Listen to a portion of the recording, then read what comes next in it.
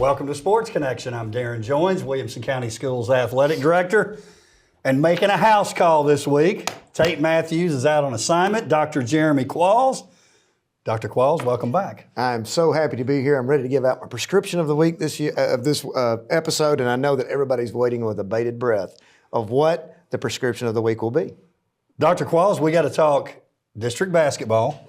We're in the final week coming up, and then the region individual wrestling tournament, although in the individual tournament, you still have a team champion, which Tate and I had to sort of educate our viewers. Now, the wrestling traditionalist knows that, but it's an individual tournament where you gain points for your team. You can win a title, but your team, based on how all the individuals do, they can also win a title. It's the Jimmies and the Joes sometime, and those points add up when you talk about the wrestling tournament. It's interesting where this 127-pound wrestling match could determine the whole thing. It's really fun to watch, and it is definitely an interesting. Just when you go to these tournaments and to watch and people watch, it's so exciting sometimes, and to watch it. It is a marathon. It's an all-day thing, obviously, when you have this many people, but it's really fun to watch, and those matches all of a sudden add up, so it means it's so meaningful. Now, we're going to educate the viewers here a little bit today, so just so they will be confident that you have some knowledge. I mean, Tate has great wrestling knowledge. I mean, in my previous word salad right there, you ought to know. Automatically, I'm a professional in the wrestling scene. Well, but seriously, you've got a young one who's involved in the club wrestling, and that's how correct. These teams become great later. So talk about that a little That's correct. bit. He's with the Franklin Wrestling Club. He's 10 years old, and he's the only person I've ever seen that makes a singlet baggy, and it's great to watch him. And it is exciting, actually, he's the first in my family to have wrestling. In Hickman County, we didn't have wrestling except when it came to the gas stations and or the armory on the weekends. But him being a part of that, it is interesting to watch at that age, but it is definitely a great to have a feeder program. You go to the Bubba Derricks of the world of the past in Fairview and watch how they cultivate that group from 8, 9, 10, years up of age all the way up to the high school and see the fruits of those labor. But yeah, it's good for my McCray at 10 years old, and it's fun to watch. Well, now wait a second. You're being humble here because, I do a lot of research for the show. And I found out that you, Dr. Qualls, when you were at Hickman County, you were involved in a wrestling fundraiser. You want to tell us about that? Well, wrestling is way too technical of a term. I was in a wrestling match as the principal of Hickman County Middle School that a certain heel by the name of Sexy C. Jablonski called out me and a few of other personnel that I had no earthly idea was even happening. We went as a group to the local wrestling match at the armory, and our driver's ed teacher took off running, went into the into the match and knocked somebody out with a chair, and we're all like, "What is happening?" So then Sexy C. Jablonski gets up and says, "I want Dr. Qualls and at the high school." So fast forward to the event, we go in, and it's interesting to see behind the scenes. You're in the locker room with these guys. You got heels, you got the good guys, the baby faces, as they like to say. And they're all back there about to puke because they've never wrestled in front of that big of a crowd. So anyway, we came out, and I get the tag, I get the call. I jump up on the top rope. I drop a double axe handle. They throw him into the ropes. I do a drop kick. I was so pumped up, Coach Joins, that I whiffed I jumped way too soon, but I was so high up, and I kind of held up there for a minute and then did the O kick. Couldn't have had too much power, but I knocked him down, and then I tagged out, and I couldn't breathe. It was like cotton mouth. It was like getting into my first collegiate basketball game. It was unbelievable. What was your outfit, if you don't mind me asking? I was very conservative. I had some jogging pants on. It was nothing. I didn't have a singlet on, but it was interesting to say the least. Well, that's what I was going to say. You said McCray. Yes. His singlet's baggy. I didn't know if would your singlet have been baggy if you had maybe no, not at that time of my life. I don't know. I wouldn't have wanted to see it anyway, so I covered up with some Jordan wind pants and maybe a hoodie. I don't even remember. Only if we'd had social media back then. Yes. And we could pull Everybody that up. watches the show traditionally has officially cut it off by this point.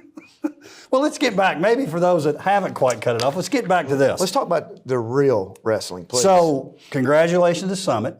They win the region tournament. It was at Independence this past weekend. The sectional will take place this coming Saturday at Green Hill. Now, I do want to make an effort on something here. In the 11 years I've been here, Coach Pete Miller, let's talk about the job he's done at Summit. I remember when he came in, Cleveland ties, if I'm not mistaken. That's right, with his dad, Al. And Cleveland is a mecca for wrestling, high school wrestling. And the job that he's done is, I mean, I know that you know this and it doesn't go unnoticed, but he's done a really remarkable job at Summit. He has. In fact, I think this is true from your time as district AD. We had to get past Cleveland and Bradley. Mm-hmm. Now we've gotten Bradley. That's right. We jumped them. Cleveland is still that last hurdle. They are. Coach Miller, really, if you look at the past 5-6 years, folks would say this isn't his best team, but they end up as the runner-up in the state duels. First time we had a team in that particular final since 2005. You're talking about large schools. So you're right, he's done a great job. So Dr. Qualls, as you take a look, you've got Summit the champion, they're first. Nolo, WCS squad, they finished second. 236 and then 187.5. That's pretty significant difference between first and second.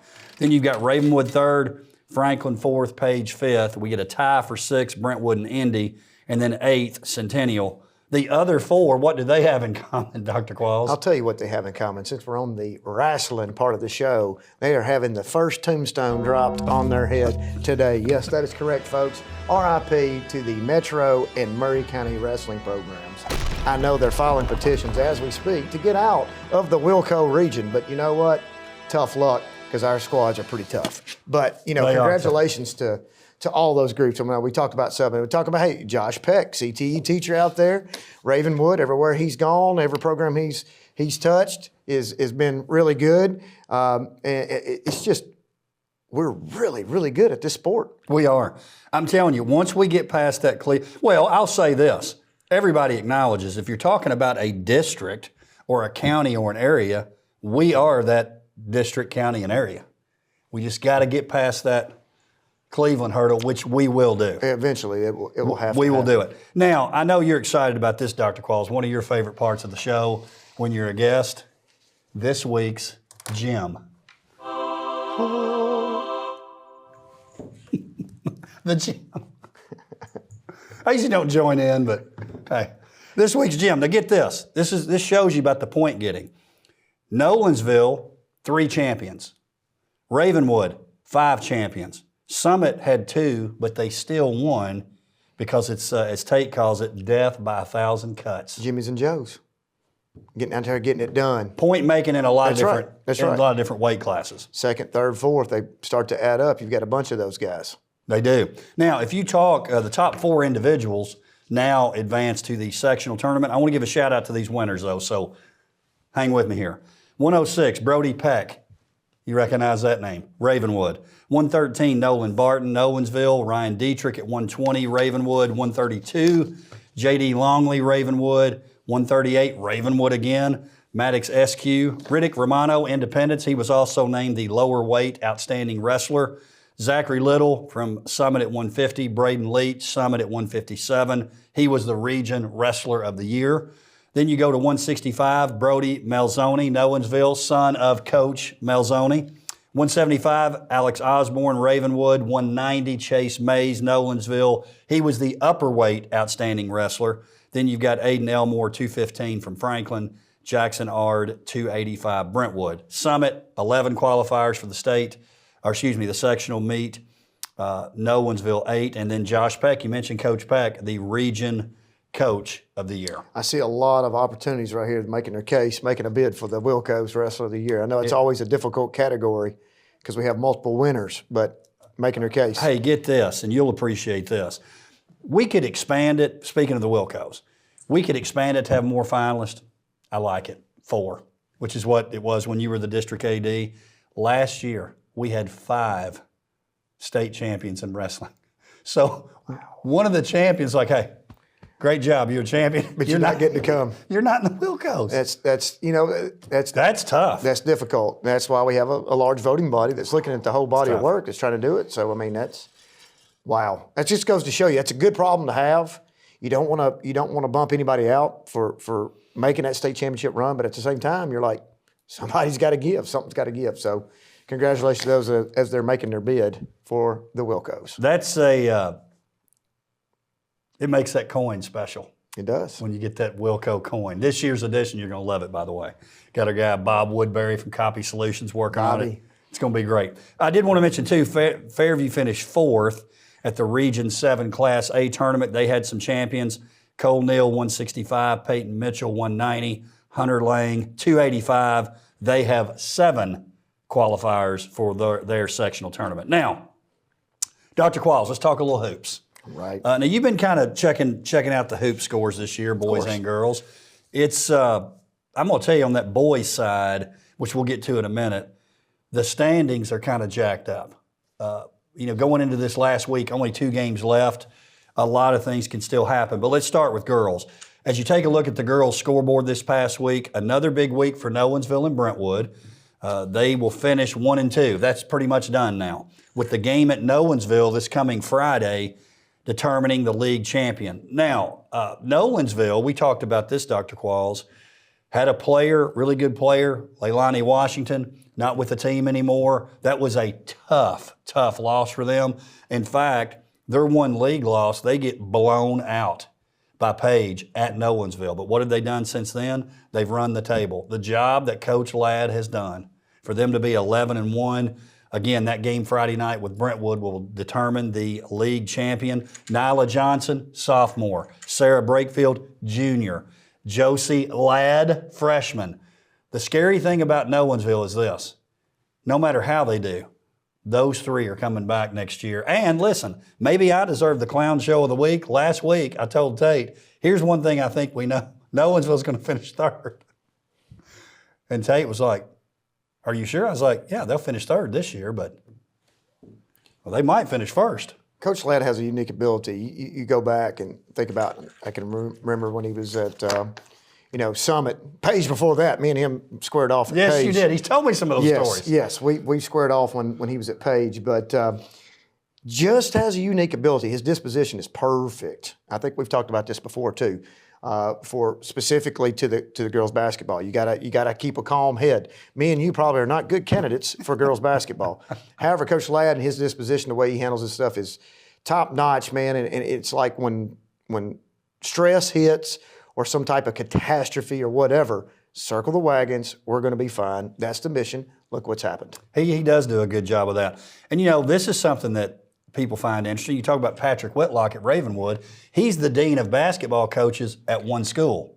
But the dean of basketball coaches is Ladd. Has to be. I mean, he's been everywhere. 20 plus years, 25 years. It was when we squared off. It doesn't even seem right. But when he was at Page Boys way back in the day. Summit Boys. And he went to Summit Boys. Centennial assistant. I forgot about that.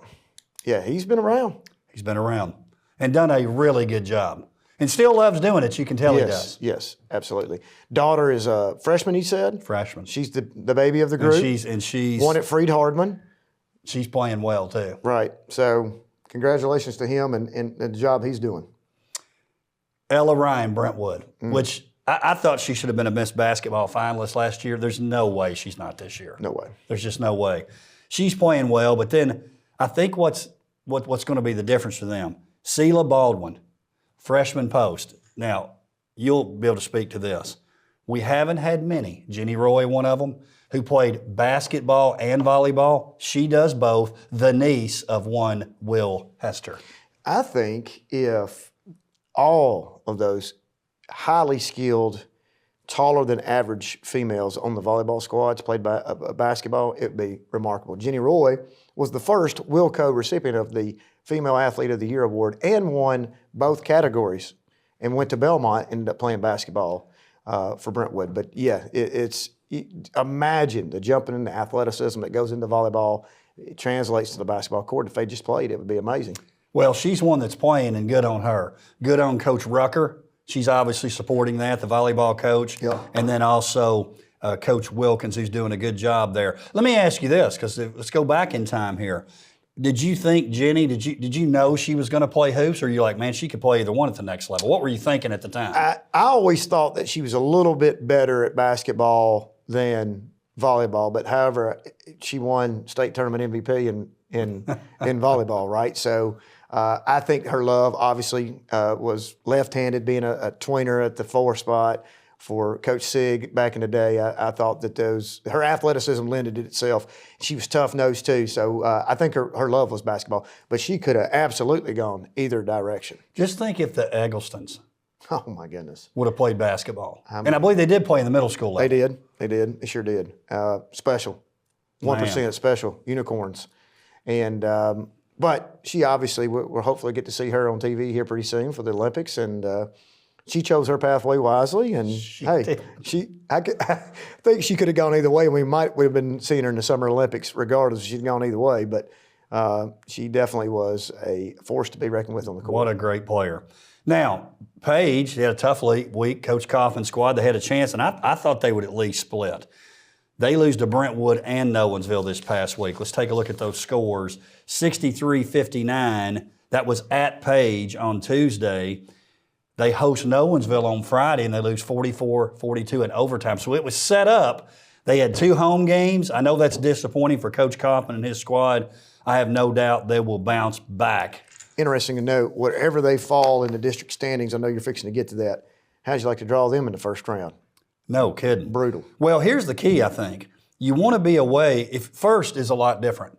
Because first, you're going to end up with Independence or Franklin in the semis versus Brentwood, Nowensville, Page. So I think first is a definite advantage. So if you take a look, Ravenwood, Centennial, they're going to be the bottom 2. 1-11, 0-12, looking like Ravenwood will be 7th. Summit is going to be 6th. They're 3-9. Franklin, Indy, 7-5, 6-6. So they're right there together. Looks like Independence, barring something strange happening this week, will probably end up 4th, but they're going to match up in the first round. Last year they matched up in the 4-5 game at Franklin. Indy won. We'll see if Franklin can turn the tables on them. Page going to finish 3rd, and then Brentwood, Nowensville. It's going to come back down to that game on Friday night. Wow. Winner will win the league. That's exciting when it comes down to that last game. It is the way it's supposed to be, man. But you look at all the matchups, though, when it comes to district tournament time, you want that parity across because it makes for an unbelievable atmosphere. I can remember, I go back, you think about the Greg Glass coach teams. Here you are, new coach in the league, over here coming to the land of milk and honey. And you've got a young Reese Glover, and it's a play-in game to get in that thing, right? Or not a play-in game. It was what was the season? Satellite 4-5. Satellite 4-5 game. And you just think about all the parity of that, and what exciting times is. That's going to be the same case with this girls' bunch. You know what still gets me on that one? If we would have won at Centennial that last game, we would have finished 2nd. And it just goes to show you that all these little games, man, a little slip up here or there, an overtime loss here, Slip here and there. Really, really adds up. It adds up. So. Say this again. You came back all right the next you year. did okay. Thank you. So let's talk historically too. Again, you would say this. Now we've had different times. Coach Pam Compton years ago at Franklin had a great run, but for the most part, this girls' league, Page had some good teams in that lower division, but it was kind of the Ronnie Sigenthaler Brentwood show. Honestly, you knew every year they were going to come out. Girls basketball, I think, has improved as much as any sport during my time as athletic director. It is. More parity. It's the only one that lacks a state tournament appearance in my 11 years here. Brentwood. Well, appearance, but finals appearance. Right.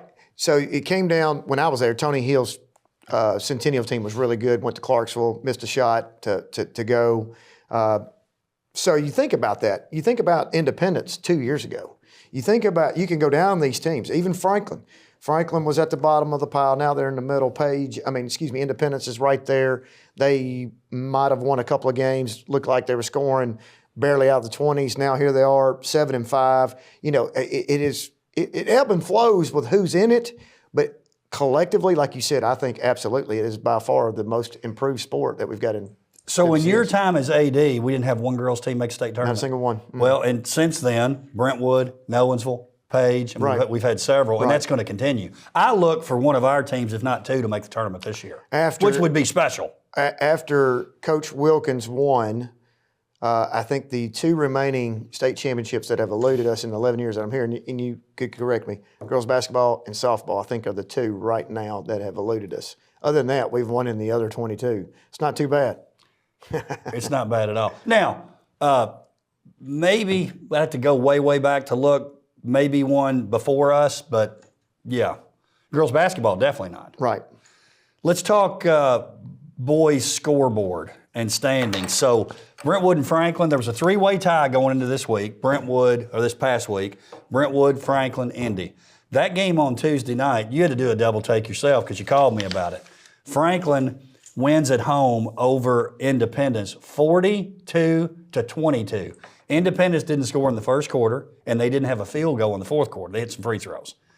Tough night for Indy. They bounced back on Friday, but what was Franklin running defensively? they play some really good man. They're playing good man. Right. They really, and they didn't guard a couple of guys, so they left Brown in the paint. So you're trying to drive in there and score. There was a lot of dribbling in and change my mind, kicking it out or dribbling it out. That is a tough matchup for Indy, unless they shoot the three well, which on Friday night against Summit they did. Franklin is the one team on the boys' side that a lot of people would say bad matchup because of Brown. Well, of course, he's going to be a bad matchup for pretty much anybody because he's a tweener himself. He's not going to be – he can play the true post position, but at the same time, he's – you know, you move him around in different spots, you get those mismatches, you do those things. Defensively, like you said, he's a force to be reckoned with defensively. And his JMU Dukes, 5 in a row. They actually dropped one to Toledo the other night, but looking really good. Well, I was going to say, do you get an assist? I do. And why is that? On which one? On Brown. On Brown going to JMU. That's your former college teammate. It is. It is one of my good friends and college teammates, Scotty Combs at the JMU, formerly at Moorhead, formerly at Austin Peay before that. But yeah, they came in and have been recruiting him since day one. Had him at Moorhead and Tylen as well, and now he's going to JMU, and that's a pretty cool league to go into. Well, and we're short on time. We were getting this story early on in your career. You were new to this job and new to Sports Connection. He actually got you prepped and ready for a big episode of Sports Connections that you and Tate did early on, which is pretty awesome. But we don't have time to talk about it. We don't have time to talk about that. But it was good. It was pretty significant. He's special. It's a moment in time that I'll never forget. All right, let's take a look at this. So Brentwood and Franklin break the three-way tie. I'd say this now. I know they're sitting in the league. Look at the standings. You've got Centennial Ravenwood at 4-8 along with Summit. Page and Nowensville 5-7, Indy 8-4, Brentwood Franklin 9-3. So we know what the top three is going to be. We don't really know 4 through 8 in terms of order yet. I say watch out for Centennial. They get a win over Nowensville last week. It's a tough out. Battle of Franklin. They lose 49-43 on Friday. And then your guy, Coach Street, you got some history with Coach Street down there in Hickman County. That's right. His team is getting healthy. They hadn't played many games with their guard, Kakulia, and their post, Hernandez, both playing, and the tournament is at Page. If they can get past that first round game, watch out for Page. Well, I agree with you. I'd love nothing more to see Coach Tree, as we like to call him, Coach Street himself, get deep into playoffs and get an opportunity to win. But I'm telling you, Coach Moore, Centennials, like you said, they're sitting at 4-8. That's fool's gold. You better watch out. And, you know, people are like, let's stay away from them. Stay away from them. Hey, and don't forget, one of the best tournament coaches we got in the league, Patrick Whitlock. Every single year might have the worst talent. I'm not saying that as a bad thing, Coach Whitlock. I'm not saying they're terrible. But as far as talent goes from top to bottom, may not have the best team and somehow finds his way into that region tournament every year. So I'm just telling you right now, this lower half of the bracket is scarier to me than the top half, because I think Independence, Jekyll and Hyde, can't tell, catch them on a bad night, got a shot. Right? They've got Franklin's a little bit sometimes Jekyll and Hyde, but they're sitting at 9-3. Indy has tournament Thailand. They do. Oh, yeah. I mean, obviously, arguably, the best player in the league when it comes down to it, if you want to get into athleticism for certain, at the guard position, no doubt. But it's definitely going to be interesting to watch. If you take a look there, too, I think Centennial, I think it was 0-5 that they started off. 4 of their last, which 4 and 3, you're like, that's not a great segment. It actually is. In this league, 4 and 3 over a 7-game stretch is pretty good. Again, 9-3. So if you take a look, the first place team could end up with 4 losses in the league. Well, you take Brentwood too. Brentwood has absolutely on certain nights hit how many threes? 20 plus threes. That's right. And then, you know, if it catches a cold night, you want to live and die by that 3. You made a living by that. You made a living by that statement. That and the 1-3-1, right? If you sell out to it and it's gotten you to that point, you keep on going. But if you catch a cold night, you got to be ready, man. One loss here is going to be heartbreak city. Well, let's do this. Before we get on to this week's games, we have to look at our WCTV plays of the week.